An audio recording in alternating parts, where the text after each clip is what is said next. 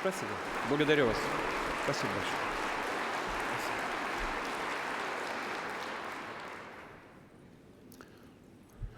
Уважаемый Дмитрий Анатольевич, коллеги, друзья, приветствую всех участников, гостей, делегатов 22-го съезда «Единой России».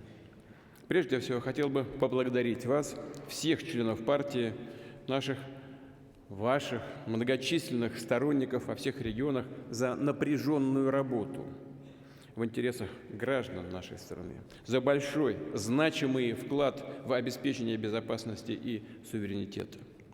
Буквально с первого дня проведения специальной военной операции «Единая Россия» оказывает поддержку бойцам, вносит важные законодательные инициативы по созданию системы правовых и социальных гарантий для наших героев и их семей, помогает восстанавливать освобожденные регионы, занимается сбором и доставкой всего необходимого мирным жителям, многое делает для ветеранов, вернувшихся из зоны боевых действий, помогает им реализовать себя в гражданских профессиях, в общественной и в политической жизни. Все парламентские партии, я хочу это подчеркнуть, все парламентские партии страны консолидированно поддерживают все то, что направлено на защиту людей на Донбассе и в Новороссии, на обеспечение твердых гарантий безопасности Отечества на десятилетия вперед. И «Единая Россия», как настоящий лидер, работает именно там, где решается судьба страны. Вместе с нашей армией и флотом, с коллективами предприятий ОПК, которые трудятся в круглосуточном режиме, с миллионами людей, которые всем сердцем поддерживают фронтовиков, с волонтерами, которые формируют и несут все самое необходимое, доставляют до места тысячи тонн гуманитарной помощи, продуктов, медикаментов, бытовое оборудование, предметы экипировки и снаряжения. Конкретным делом, личным участием в добровольческих инициативах приближают нашу победу. Вновь отмечу, что многие депутаты Государственной Думы от «Единой России», региональные и муниципальные руководители разного уровня сами пошли на фронт, чтобы сражаться за Родину. Это мужественный, смелый шаг, достойный всяческого уважения. Спасибо вам.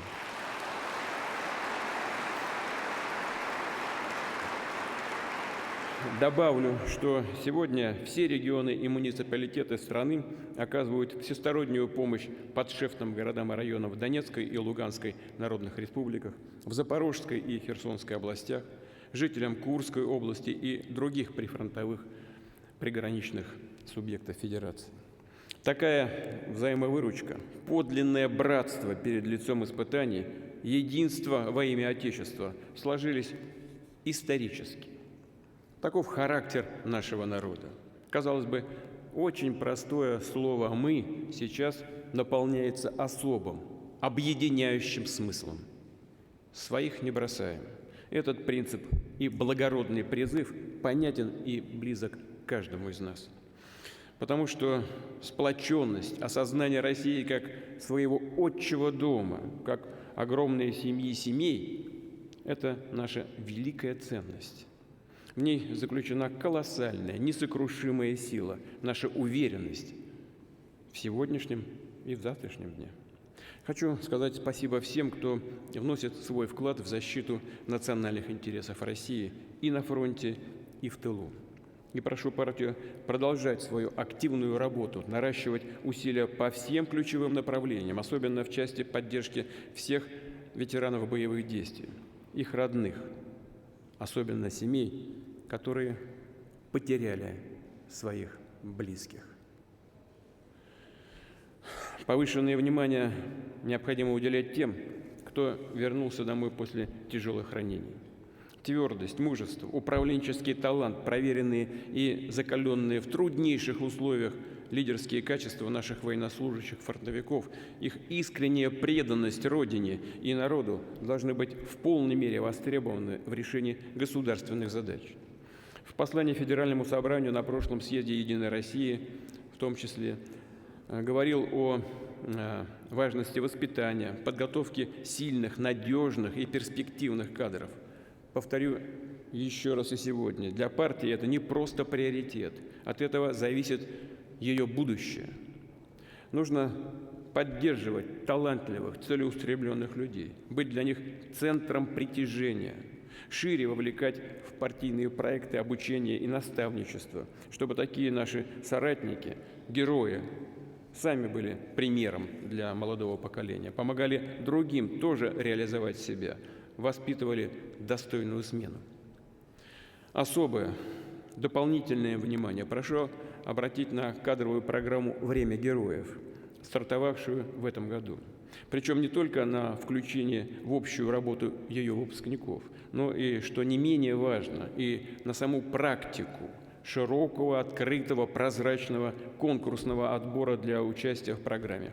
А если смотреть шире, на создание всех условий для выдвижения наших современников, проявивших себя и на фронте, и в тылу, молодежи на ведущие ответственные позиции в государственном, муниципальном управлении, в экономике и социальной сфере, в общественной и партийной работе. Что касается программы «Время героев», то здесь мы сознательно ушли от лишних формальных ограничений. Подать заявку может каждый, кто проявил себя в ходе специальной военной операции, и командир, и рядовой. Желающих, вы знаете об этом, десятки тысяч. Сейчас формируется второй поток программы. Обучение первого продолжается. Его участникам, не дожидаясь вручения диплома, уже предлагают, доверяют высокие посты и большие задачи на гражданке. Спрос на крепких, волевых, прошедших суровые испытания людей, готовых брать на себя ответственность, крайне высок. Да и страна в этом нуждается. Не случайно, что и на выборах разного рода по всей стране в этом году получили поддержку избирателей уже больше 300 наших боевых товарищей, ветеранов специальной военной операции. А таким кандидатам люди доверяют, рассчитывают на их принципиальность, честность и профессионализм. И абсолютное большинство таких кандидатов выдвинула именно «Единая Россия». Поступила, безусловно, правильно, ответственно, отвечая прежде всего на запрос общества. А смысл этого запроса в повышении требований к качеству и результативности работы всех уровней власти, чтобы в муниципалитеты, в региональные команды, в федеральные структуры приходили люди, для которых на первом месте чувство долга, служение обществу и стране.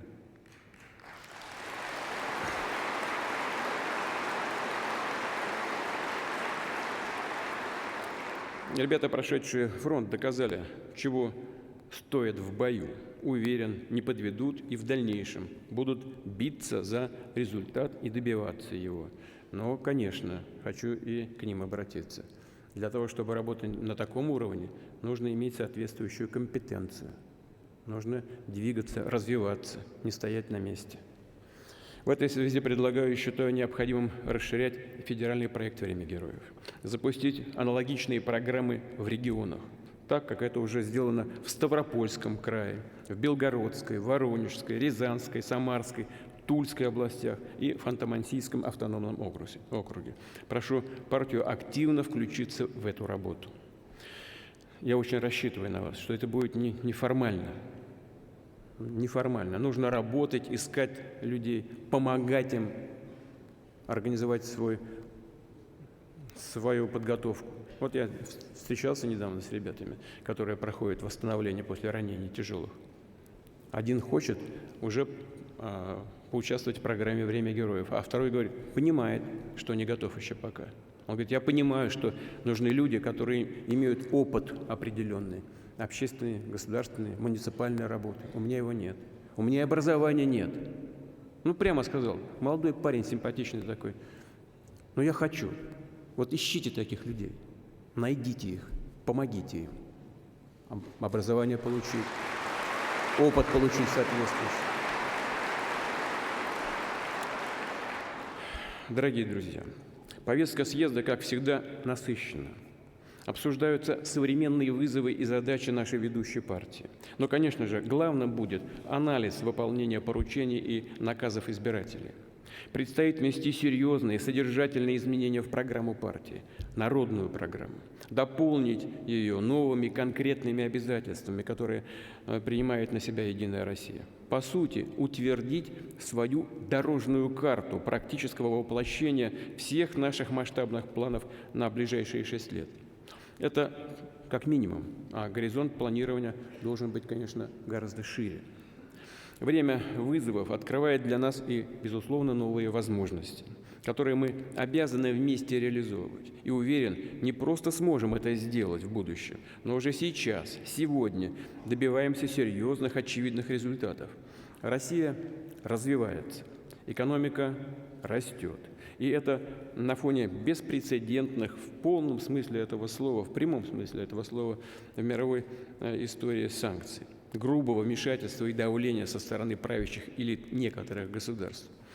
Но никакой шантаж, попытки извне помешать нам никогда и ничего не дадут. Россия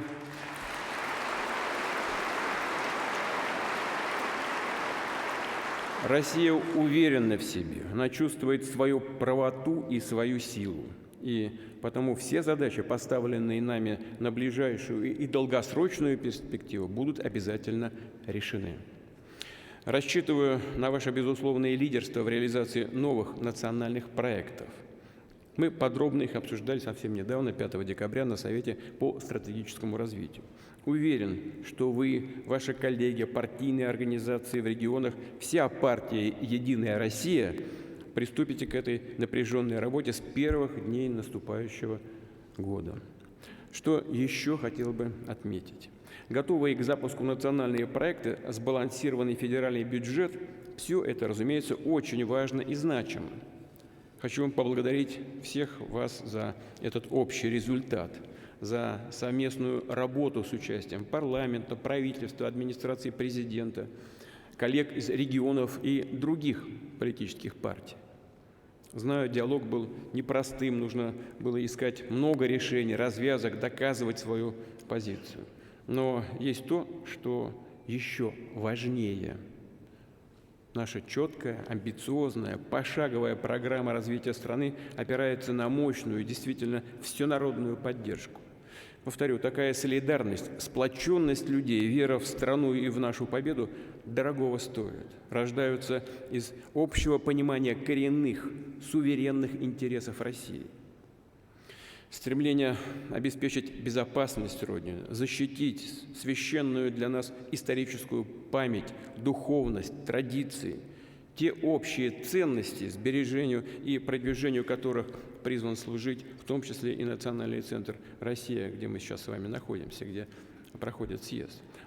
В самом названии партии отражена суть нашего курса, образ страны, которую мы строим, хотим сберечь и передать потомкам. Осознание того, что мы уникальная, самобытная цивилизация, многонациональный и многоконфессиональный народ, который при всем своем внутреннем многообразии был и будет единым. Чрезвычайно важная вещь.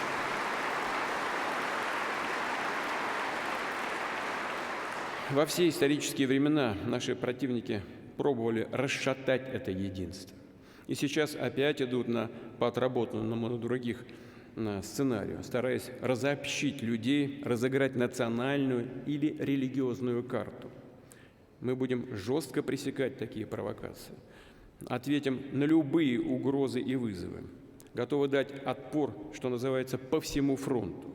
А он проходит не только по линии боевого соприкосновения. Действительно, глобальное, решающее противостояние затрагивает все стороны нашей жизни – культуру, образование, мировоззрение, экономику и технологическую сферу.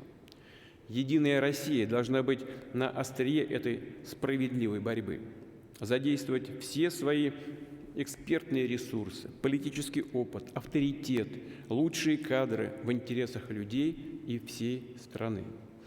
Именно патриотическая основа, можно сказать, идеология и ответственность всегда отличали Единую Россию. Партию, которая с момента своего создания не дрейфовала из стороны в сторону, вправо или влево, не искала дешевой популярности, а строго, взвешенно и аккуратно относилась и к словам, и к решениям своим. какой бы острой ни была полемика, всегда уважала своих оппонентов.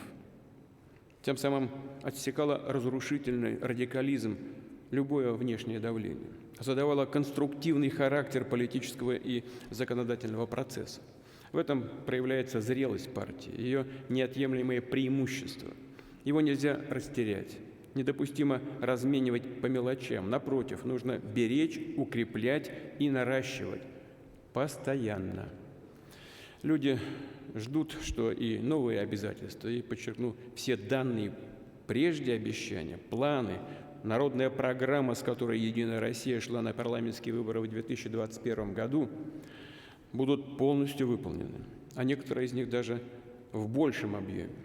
Там, где мы видим, что это позволяют набранные темпы совместной работы и наши возможности. И мы, конечно, должны будем это сделать. И главное, если это отвечает растущим запросам людей. Повторю, в данном случае, не откладывая, нужно ставить новые масштабные задачи и ориентиры. Приведу и конкретный пример. Напомню, что к 2026 году должен быть проведен капитальный ремонт школьных зданий. Более 7300 объектов. Но уже сейчас мы планируем, что эта программа будет продлена и значительно расширена. А именно к 2031 году капитальный ремонт должен быть завершен во всех школах, где он необходим. Это порядка 11 с лишним тысяч зданий. И мы, конечно, должны это сделать. Отмечу, что не только обновление школьной инфраструктуры, но и многие другие крупные проекты, такие как социальная газификация, благоустройство общественных пространств, модернизация почтовых отделений, реализуются при активном участии «Единой России». Партия выступила их автором и вдохновителем, в том числе, кстати, и в первых национальных проектах. Напомню, что в 2005 году мы начинали с 4 таких проектов. Теперь их будет 20. И дело не только в количестве проектов, конечно, в том, что страна за это время качественно изменилась. Вот в чем все дело. Ресурсы государства, общества, бизнеса на порядок выросли. И наша повестка развития приобрела действительно всеобъемлющий, системный, стратегический характер, обращенный в будущее, причем на десятилетия вперед. У нас есть такая возможность, и, конечно, нужно исходить из этого. Набранный темп позволяет нам фронтально двигаться сразу по всем ключевым направлениям, от которых зависит суверенитет и конкурентоспособность России. Достигать поставленных национальных целей, повышать качество жизни во всех регионах страны. Именно человек, благополучие и достаток российских семей в центре наших планов. Это значит, что буквально каждый шаг надо сверять с мнением людей, с тем, что они думают и о принимаемых законах и управленческих решениях, как оценивают эффективность уже введенных и новых мер социальной поддержки, скорость, качество работ буквально по каждому объекту, будь то детский сад или вузовский кампус, спортплощадка во дворе или автомагистраль, многоквартирный дом или памятник культуры. В масштабах страны это всего лишь отдельные цифры в сводках и отчетах, а для человека, конкретного человека, это и есть качество его жизни. Показатель и перемен к лучшему и дееспособности власти. Положение, статус партии большинства предъявляют повышенные требования ко всем ее представителям, тем более к народным избранникам. Нужно не только обладать авторитетом, как говорится, в узких кругах.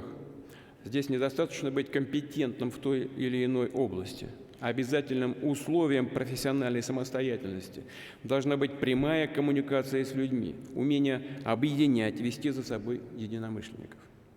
Предлагаю учитывать это в числе основных критериев личной ответственности партийного актива, особенно при решении вопроса о повторном выдвижении в состав представительных органов власти. В целом, «Единая Россия» не просто может, умеет, но и обязана выстраивать всю свою деятельность именно в диалоге с людьми, опираться на всех наших сторонников. Молодую гвардию, тесно работать с партнерами из Народного фронта, с фондами «Все для победы» и «Защитники Отечества», социальными НКО и волонтерским движением, со всеми общественными институтами, которые обретают сегодня новое качество. Я прошу подумать и над тем, как более эффективно задействовать широкую сеть первичных отделений партии. Постоянная, налаженная обратная связь с людьми – это зона их ответственности. Она позволяет видеть реальную динамику преобразований в разрезе отдельного города, поселка. И не отфутболивать, извините, куда подальше, не отправлять по бюрократическим инстанциям людей. Просьба, проблема, пожелания людей, а самим нужно заниматься этим. Ну, насколько возможно, с каждого уровня, но нужно стараться, как у нас в народе говорят, во все лопатки. Если нужно системные, продуманные решения предлагать, выходить на вышестоящий уровень, бороться нужно за это. Нужно бороться. И вот я сейчас говорил о том, что у нас появляются новые возможности. Это действительно так. Возможности появляются, потому что страна развивается. И много сделано. Но вот сейчас, вы знаете, идет подготовка и к большой конференции, и к прямой линии. Я познакомился с вопросами, которые поступают. Но думаю, что для вас не секрет. Сделано многое, конечно. Но проблем еще, как у нас в народе говорят, вагон и маленькая тележка. Понимаете, почивать на лаврах нет у нас никакого морального права. Нужно работать напряженно. Уже говорил, что на федеральном уровне достижение национальных целей развития будет оцениваться не в тоннах, не в километрах, а прежде всего через систему социологических показателей. Но хочу подчеркнуть еще раз. Ничто, никакая обобщенная статистика не заменит личного контакта, прямого, честного разговора с людьми. Он необходим и государству, и самой партии. Является основой и залогом доверия со стороны десятков миллионов россиян. Уважаемые коллеги, у «Единой России» немало достижений и по-настоящему крупных, собственных, уже реализованных проектов. Бесспорно, для развития страны, общества, для совместной консолидированной работы значим вклад всех конструктивных политических сил разных парламентских партий. За ними тоже голоса миллионов наших людей. Но сегодня на новом, трудном, историческом этапе именно на «Единую Россию» ложится особая ответственность и нагрузка. Убежден в том, что наша крупнейшая, системообразующая партия сделает все для дальнейшего укрепления государства, нашего суверенитета, конституционного порядка и общественного согласия. Примет самое активное, деятельное участие в масштабной, созидательной работе по развитию страны, нашей Родины, единой и сильной России. Желаю вам всего самого доброго. Спасибо.